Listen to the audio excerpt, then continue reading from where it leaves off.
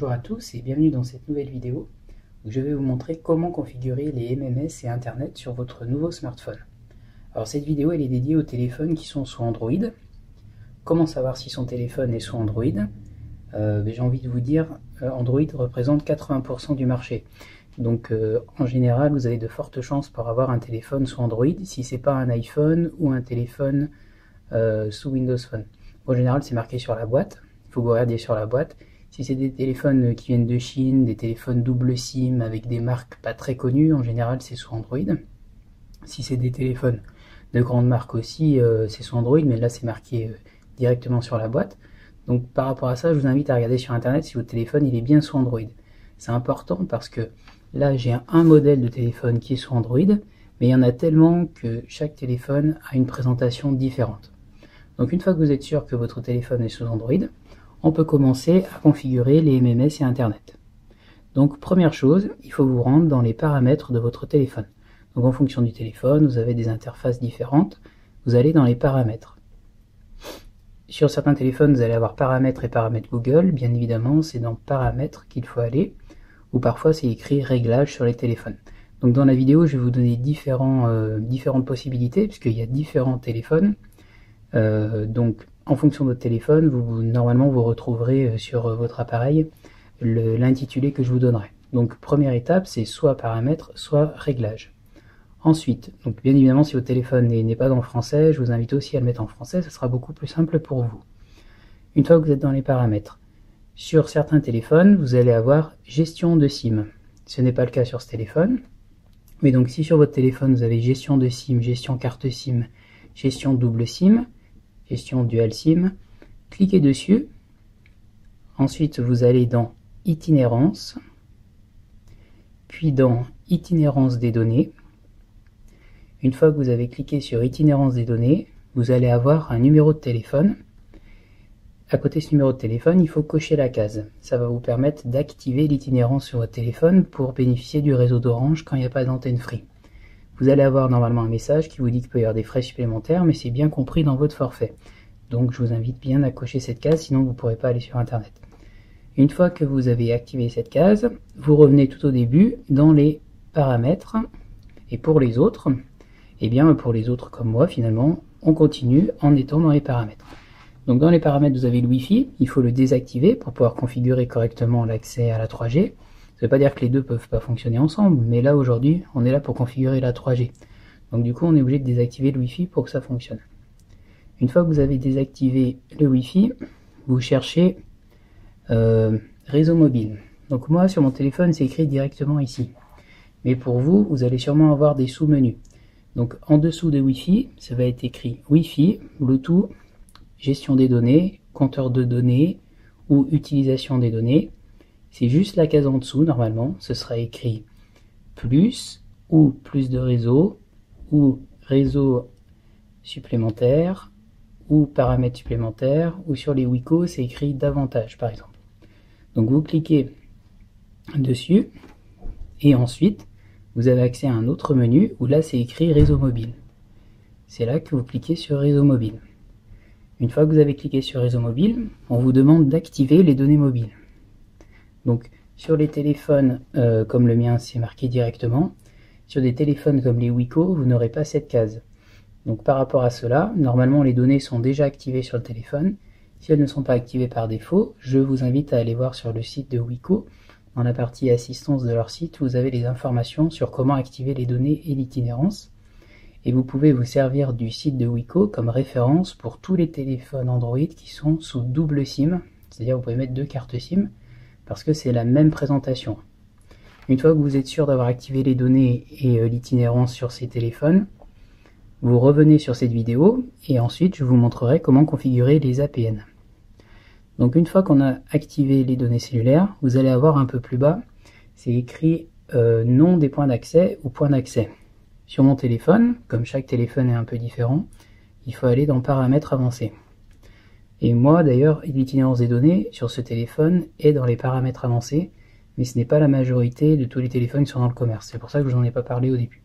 Donc moi j'active bien l'itinérance des données ici, on me met le petit message, des frais de données peuvent s'appliquer, je fais bien OK. Une fois que j'ai activé les données et l'itinérance des données, là j'active la 3G, mais ça dépend encore des téléphones. Une fois que j'ai fait tout ça, je vais dans nom des points d'accès.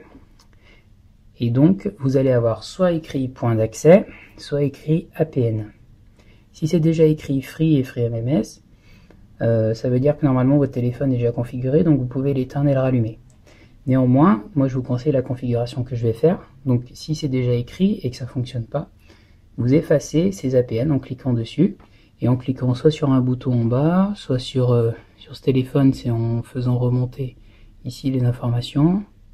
Pour d'autres téléphones, c'est en haut à droite, donc il faut chercher en fonction de votre téléphone. Donc une fois que vous êtes sur point d'accès ou APN, on va rentrer un APN qui va vous permettre d'avoir accès au MMS et à Internet. Donc là, je vois que ça brille un petit peu. Je vais continuer comme ça. Donc je fais nouveau point d'accès. Sur certains téléphones, vous allez voir, ce sera écrit plus.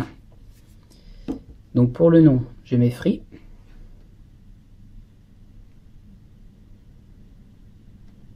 OK.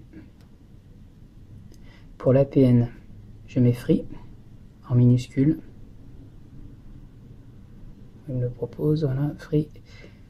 Proxy, port, nom d'utilisateur, mot de passe, vous ne mettez rien. Serveur, vous mettez rien. En dessous de serveur, vous avez MMSC.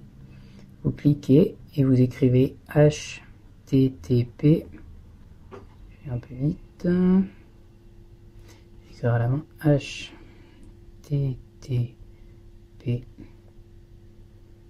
Comme une adresse internet. 212.27.40.225.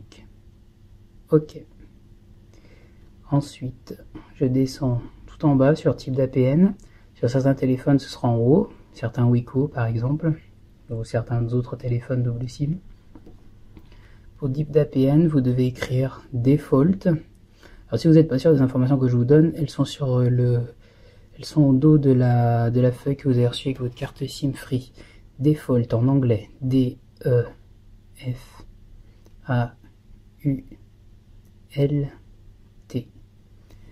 Vous mettez une virgule, un espace, S-U-P-L,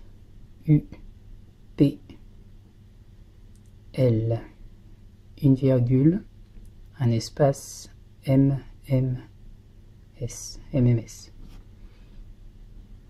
Default. Non, virgule, espace, SUPL, virgule, espace, MMS, pardon. Voilà, une fois que vous avez fait cela, OK. Et là, en fait, avant de partir, il faut enregistrer l'APN. Donc souvent, ce sera en bas, en haut, sur ce téléphone, c'est au milieu. Enregistrer, je reviens en arrière. Et là, il est important qu'il faut qu'il y ait un petit point à côté pour montrer que c'est bien activé. En général, ça se fait tout seul. Et donc là, vous avez vu, pendant que je parlais, on a le petit H en haut du téléphone. Donc sur certains téléphones, ça serait 3G. La CH, sur certains téléphones, ça serait 4G. Et donc, pour vous montrer que ça fonctionne bien, il suffit que j'aille sur Internet. Là, en l'occurrence, je vais sur Wikipédia, par exemple. Et on voit bien que je suis sur la page d'accueil de Wikipédia. Donc, ça fonctionne bien. Donc, normalement, avec les informations que je vous ai données, vous n'aurez pas trop de difficultés à configurer votre téléphone ou à le reconfigurer si ça fonctionnait déjà. Néanmoins, si ça ne fonctionne toujours pas, n'hésitez pas à mettre un commentaire en dessous de la vidéo en précisant le modèle de votre téléphone et je vous aiderai à le configurer. Si dans votre entourage, vous avez des personnes qui sont chez Free et qui n'ont pas les MMS ni Internet, mais qui ont plutôt un Windows Phone ou un iPhone, je vous invite à cliquer sur les liens qui sont disponibles en haut de la vidéo. Puis vous cliquez dessus et vous aurez les vidéos pour les autres modèles de téléphone. Sinon, je vous remercie d'avoir regardé cette vidéo et je vous dis à bientôt pour de nouvelles vidéos.